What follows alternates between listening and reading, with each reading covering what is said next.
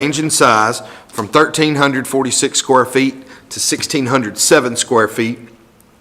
And all of these lots will require a lot size variance and setback variances from the Board of Zoning Appeals. The common area lot would consist of 0.67 acres and would comply with the subdivision regulations in the zoning ordinance. The proposed new lots are zoned R2 high-density residential and are served by an existing 2-inch water line, an existing sewer line, and an existing fire hydrant. And so I'm sure that there are questions that you guys have for Brian about what this will look like. I'll try to answer some of them initially. So these are existing 2-story apartments, like I said, on Preston Street and 7th Street. And the intent from Mr. Patel is to create individual units, townhome style. I think he's going to do some remodeling, and then he wants to sell these off individually with the grassy area and the parking lot to be common space, which will be maintained by a homeowners association. And I think one of the questions that we have as a board is that are the outside of the existing, or the outside of the structure, will that also be maintained by a homeowners association, or will it be maintained by the individual owners? That I don't know. I can't ask that question. So, of course, we will need the answer to that question before the final subdivision plat. It might not be a bad idea for Mr. Patel to be here as well when the final plat gets reviewed, because, I mean, if there are questions that can't be answered, then, we have the right to table or even deny the plat if we don't get the answers that we're looking for. So there is the overview, and again, we've got it up on the screen there, and we've also got it there in front of you. Mr. McMeans is here to represent Mr. Patel in this matter, and I'm sure we have some questions, so we will open it up for that at this time, Mr. Chairman. Okay, thank you, Tommy.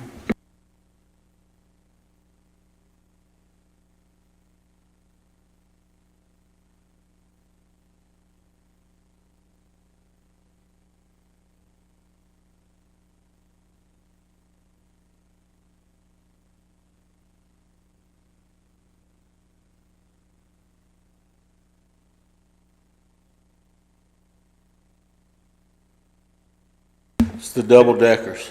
Yes. Building.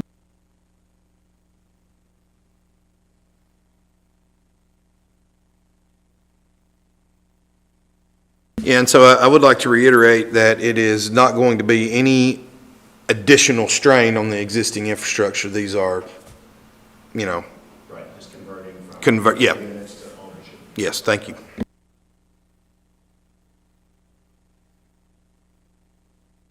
As far as individual lots like this, townhome style? Well, it's R2 high-density residential. Well, we recently approved the lots on Main Street, The townhome. very similar, but those are going to be new construction. And it's something that we probably need to look at as a planning commission as the, zero lot line, townhome style becomes more popular. We probably need to implement some sort of regulations instead of, because if it happens one time, you can just grant a variance for that. But if you start seeing it become a trend, then you do need to address it in your regulations. So the developers can have something to go by. I think we need to do.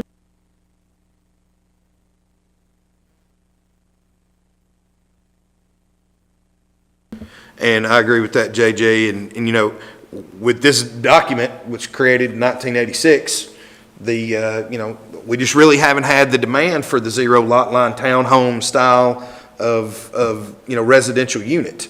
And so I just think we need to. I agree with you. We need to take a further look at that as a planning commission.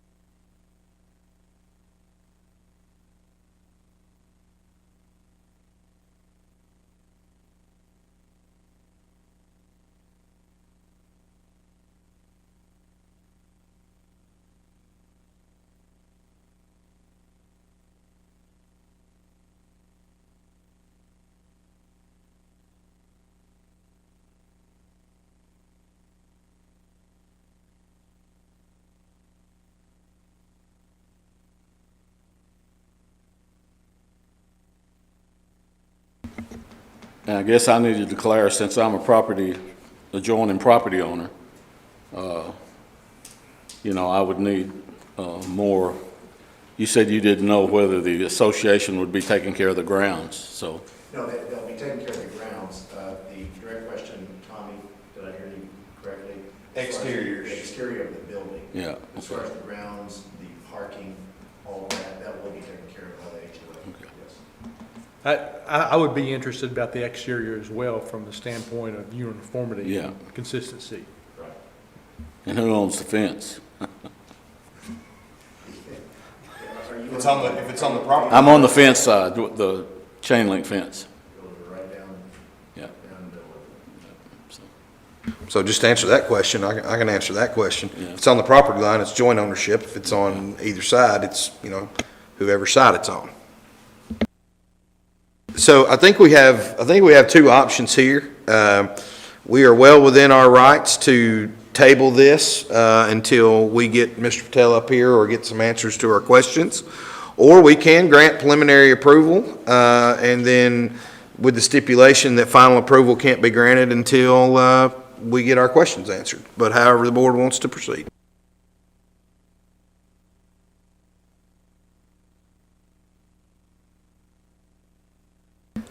I might wait I would wait to see what happens in the next couple of minutes before we go down that road.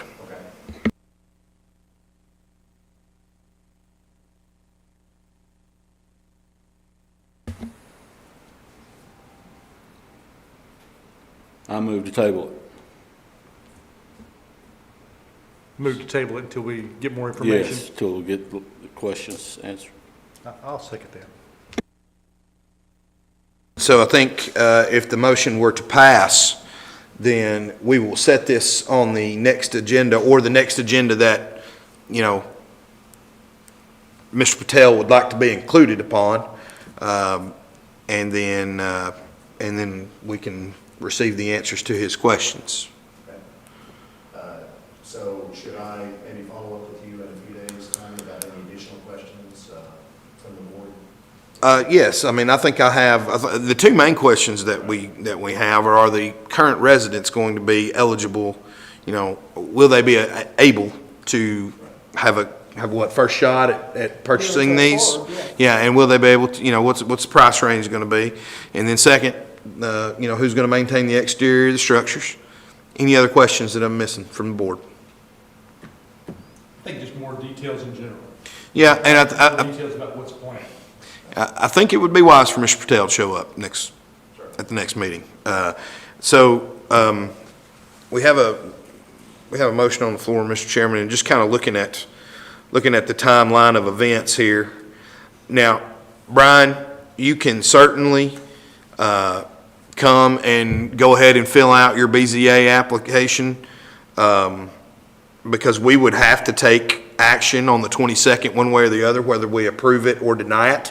If not, it's automatically approved, because we have a window that we are allowed to review these things.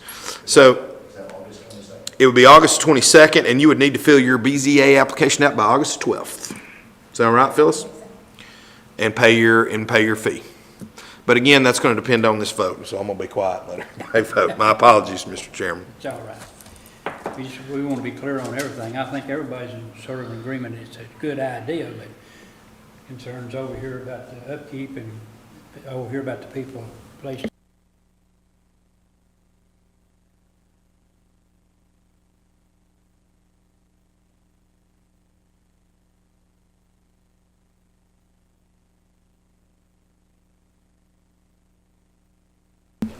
Brian, I will add this. If you want to go ahead and tell me to add it to the 22nd, I will add it, or I can wait to hear your response. How would you like me to proceed? Let me get back to you, because Okay. let me speak with Mr. Patel about this and Okay.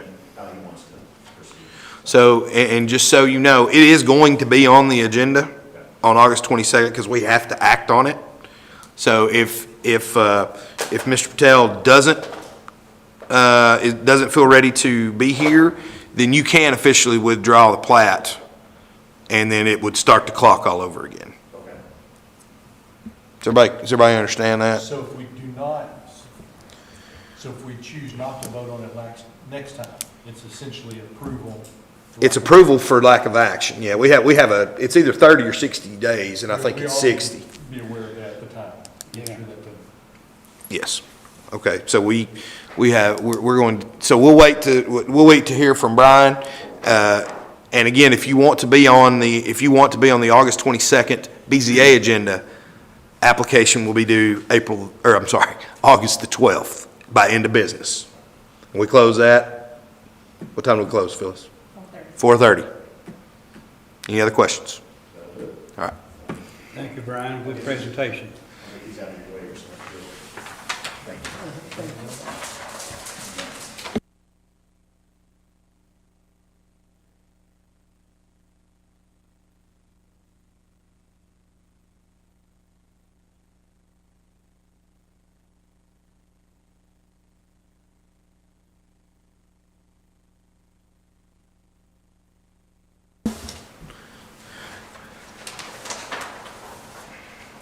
Everyone, this is Taylor Dillahay from Wittenberg Land Surveying, representing the property owner. Stephen Crowder submitting a final lot line adjustment plat for the purpose of adjusting the common boundary line between two existing parcels located on Bradford Hicks Drive, John T. Poindexter Drive, North Church Street, and East 7th Street. After the adjustment, Lot 1 would be .35 acres in an existing structure. Lot 2 would be 3.20 acres in 3 existing structures.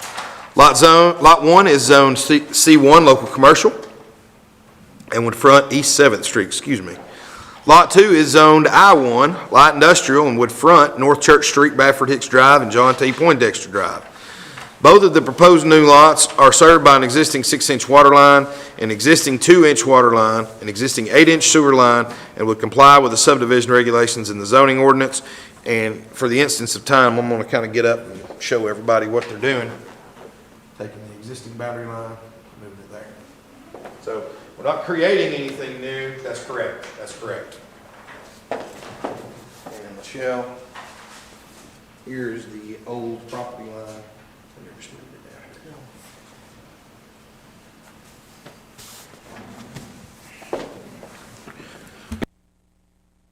here. Take any questions at this time? Questions? Yes, now that I understand better where the property line's changing, tell me again how the lot 1 and 2 differs as far as, Acreage? not acreage, current classification? Classification will not change. The classification, they're just zoned different things. Gotcha. And all they're doing is they're moving a lot line south.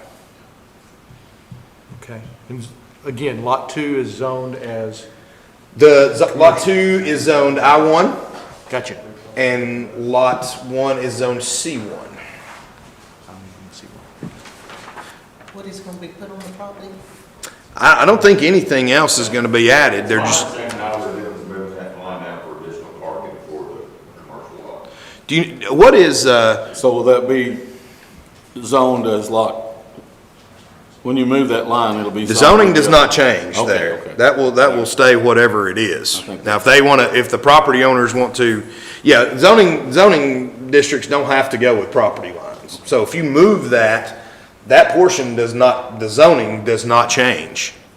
Thank you. That's answering a lot of questions. Yeah, so I mean, if the property owner wants to pursue that, which would make sense in my opinion, but it doesn't have to. He or she doesn't have to.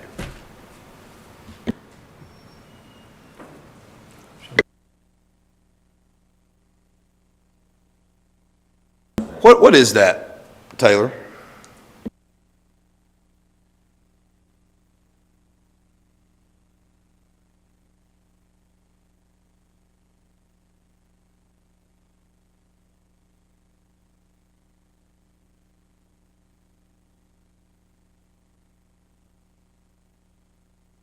So it's not occupied currently?